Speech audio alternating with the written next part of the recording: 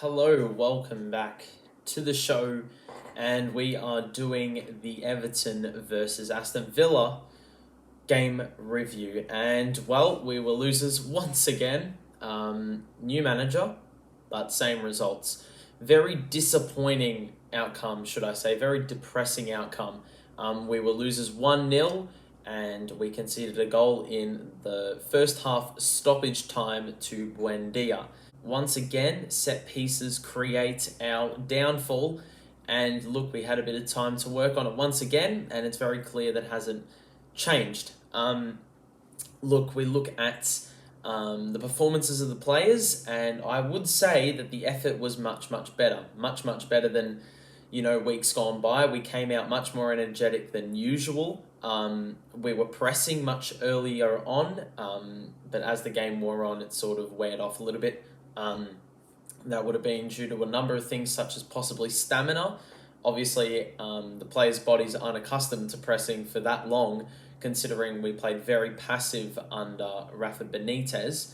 But regardless, I will give him A+ for effort. Now, the problem is we didn't have the quality, especially forward of the ball. We actually had possession significantly more than we usually would.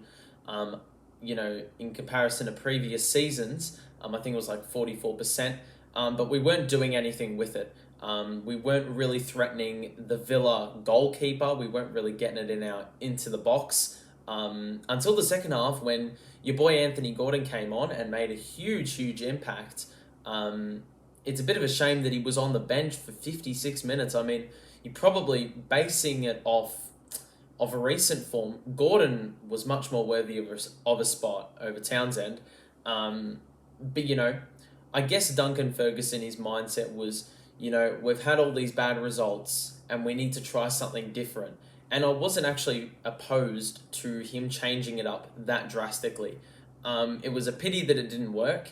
But I guess now you see the glaring issue that we have a lot of players that just aren't quality and can't really sustain a good level of football for a full 90 minutes. Mason Holgate had some interesting moments. Kenny wasn't, he didn't look very comfortable at times. Not even playing one of our 3 January signings was an interesting call.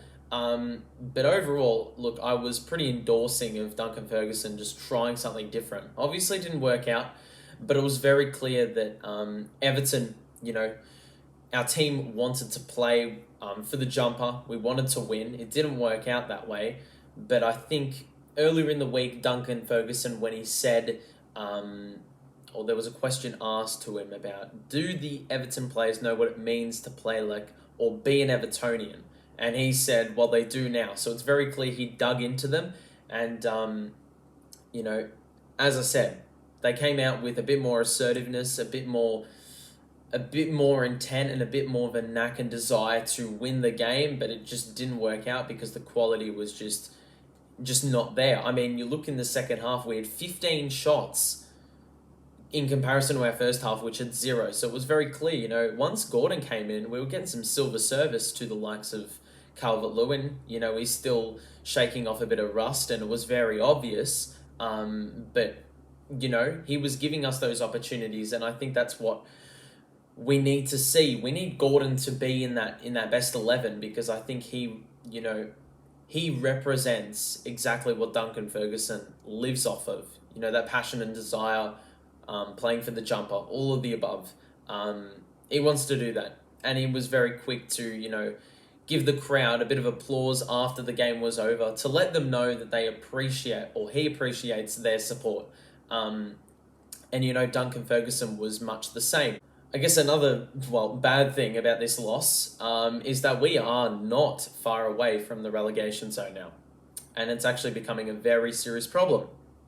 Norwich won on the weekend. Newcastle won on the weekend. These guys in the relegation are picking up points, and we haven't picked up a point in God knows how long. And as I said, even though Duncan Ferguson tried something different, which you sort of have to do, changing the lineup or half the team, you don't really have much room to experiment, because if if experimenting comes at the expense of a loss, then, once again, these guys in the relegation battle or in the relegation zone are gaining on you, and you don't have much, room to mess around and stuff like that. So he's got to be very, very careful. And on top of that, Doucouré got injured as well. I don't know what the extent of that injury is, but I think he was one of our better players today. You saw in the first half, him and Richarlison, were pressing Digne, who was the last line basically. And then Doucouré got the ball and he basically screwed it up. It was a 2-on-1, one Villa defender, and then Doucouré and Richarlison. And Doucouré, his pass was too far forward and it allowed Martinez to, commit and, safely get that ball away. But that was a prime example of the quality we were lacking, even though we were exerting all this energy and putting in 100% effort. We were forcing Villa players into mistakes, but we just didn't have the quality to finish it off. And even in the second half, the amount of headers we had, the amount of shots we had, Villa did very well. Credit to them for, putting up with all the pressure that was getting laid on them, basically, because, as I said, 15 shots is quite substantial, especially in comparison to the first half. But, it's disappointing. It really is. And, there's a lot of hostility and a lot of pain. I think that's the simplest way to put it. Bill Kenwright was talking to fans and fans weren't letting him talk. He wasn't letting fans talk. There was no message being communicated or meaningful discussion. That's part of the problem. And when Rafa Benitez was manager, that was the problem between players and coach. And it's the same dynamic between, the fans and the board. It's an absolute mess. We've got Newcastle next up, which is posing as a huge fixture, because if you win, it's a 6-point, flip. You win 3, Newcastle miss out on 3. But if you lose that game, 3 points have been closed on, should I say. I don't know if that makes any sense. But Newcastle would have gained 3 more points. I think they're equal with us on points if they win that fixture. So, it's a very dangerous game.